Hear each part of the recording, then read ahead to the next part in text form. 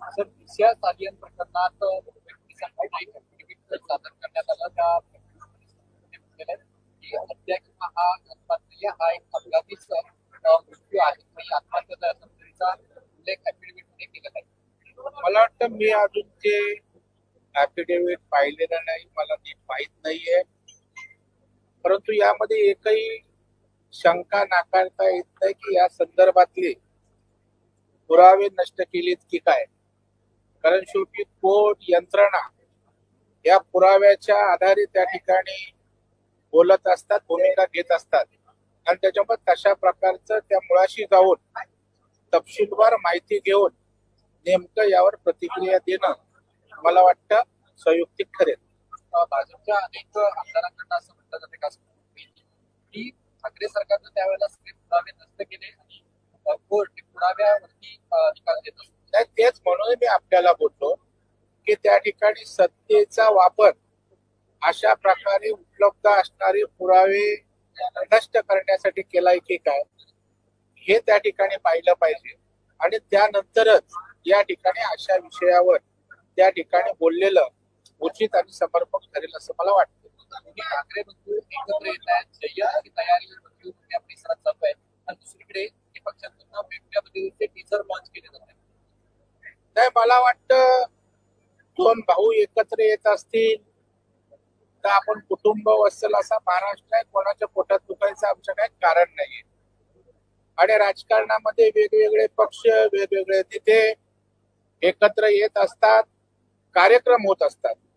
परंतु कार्यक्रम होत असताना जर वेगवेगळे टीजर येत आहेत म्हणजे आम्ही टीजर पण एकत्रित एक काढू शकत नसो तर भविष्यातली एकत्रित येण्याची नांदी काय आहे हे या टीजर मधनं त्या ठिकाणी दिसून येतं. मुंबईत एक मोठं आंदोलन चालू आहे. निधी मिळत नसल्या कारणाने जलसमाधी आंदोलन चालू केलेलं आहे आणि गिरगाव चौपाटीवरती अनेक ओबीसी बांधव हे समुद्रामध्ये उतरलेले. मला वाटतं ओबीसी समाजासाठी हे सरकार त्या ठिकाणी अत्यंत संवेदनशील आहे. माननीय मुख्यमंत्र्यांच्या तशा प्रकारच्या ओबीसी महामंडळाला निधीसाठी सुस्पष्ट सूचना आहेत, निधीच्या तरतूद करायला सांगितलेल्या आहेत आणि ओबीसी मंत्री स्वतः आमचे अतुल सावे साहेब या प्रकरणी लक्ष घालतायत. त्यांना निधीची कमतरता पडणार नाही अशा प्रकारची सरकारची भूमिका असल्याचं मला नीट माहित आहे. आरोप करतात आणि मग जर का काही सकारात्मक गोष्टी सांगितल्या तर मग कुठेतरी पळवाट काढतात. पळवाट काढण्याची काही आवश्यकता नाहीये. आता विरोधक काय आमचं कोडकौतुक करायचं कारण नाहीये. ते त्या ठिकाणी आमच्या भूमिकेच्या विपरीतच भूमिका त्या ठिकाणी घेणार आणि त्याच्यामुळे मला वाटतं एखाद्या गोष्टीत तथ्य निघालं नाही तर ते स्वीकारलं पाहिजे. परंतु अशा प्रकारच्या पुराव्याच्या संदर्भात जर त्या ठिकाणी संशयाची परिस्थिती असेल तर त्याही बाबतीत माहिती पुढे आल्यावर मला वाटतं विरोधकांनी बोललं तर बरं आहे. जो नेत्याकडनं असं म्हटलं जाते की आदित्य ठाकरे बदनामी केला, राजकीय राजकारणात उठवण्याचा प्रयत्न केला, त्यामुळे भाजपनं माफी मागितली पाहिजे. काय मला वाटतंय बघा, आरोपाने कोण राजकीय जीवनात त्या ठिकाणी उद्ध्वस्त होत नाही. राजकारणामध्ये आरोप प्रत्यारोप होत असतात. आरोपी काही असणाऱ्या गोष्टींच्या आधारे होत असतात आणि त्या न्याय यंत्रणा त्या संदर्भात निर्णय देत असतात. आता माफी मागायचा काही प्रश्नच उद्भवत नाही. आता अनेक आरोप असे केलेले आहेत ज्याच्यामध्ये काडीचं तथ्य नाही. मग वारंवार महाविकास आघाडीचे नेते, उभाटाचे नेते काही माफी मागणार आहेत का? त्याच्यामुळे मला वाटतं आरोप प्रत्यारोप हे होतच असतात आणि त्या यंत्रणा निर्णय देत असतात. त्याने असं वाटतं तर आपल्या नुकसानीचा दावा टाकावा.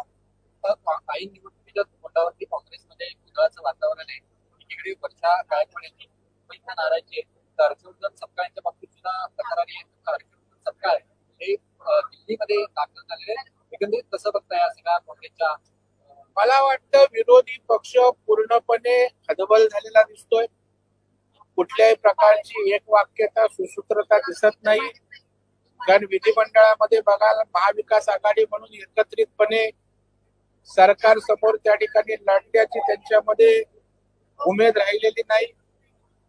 प्रत्येक पक्ष आपापसात त्या ठिकाणी गटबाजीनं पोखरला गेलाय आणि त्याच्यामुळे जे स्वतःच गटबाजीनं त्या ठिकाणी आकाट डुबलेले आहेत ते त्या ठिकाणी ना सत्ताधाऱ्यांना सामोरे करू शकत ना लोकांसमोर एकजुटीनं सामोरे जाऊ शकत. मनसेचे कार्यकर्त्यांना कराडमध्ये एका व्यक्तीला मराठी येत नसल्यामुळे मारले गेले. दुसरीकडे पुण्यात सोबत या नावाच्या व्यक्तीनं आज त्यांच्या विरोधात पोस्ट केल्यामुळे मनसे कार्यकर्त्यांनी त्यांच्या घरी जाऊन त्याला मारलेला आहे असं बघतात.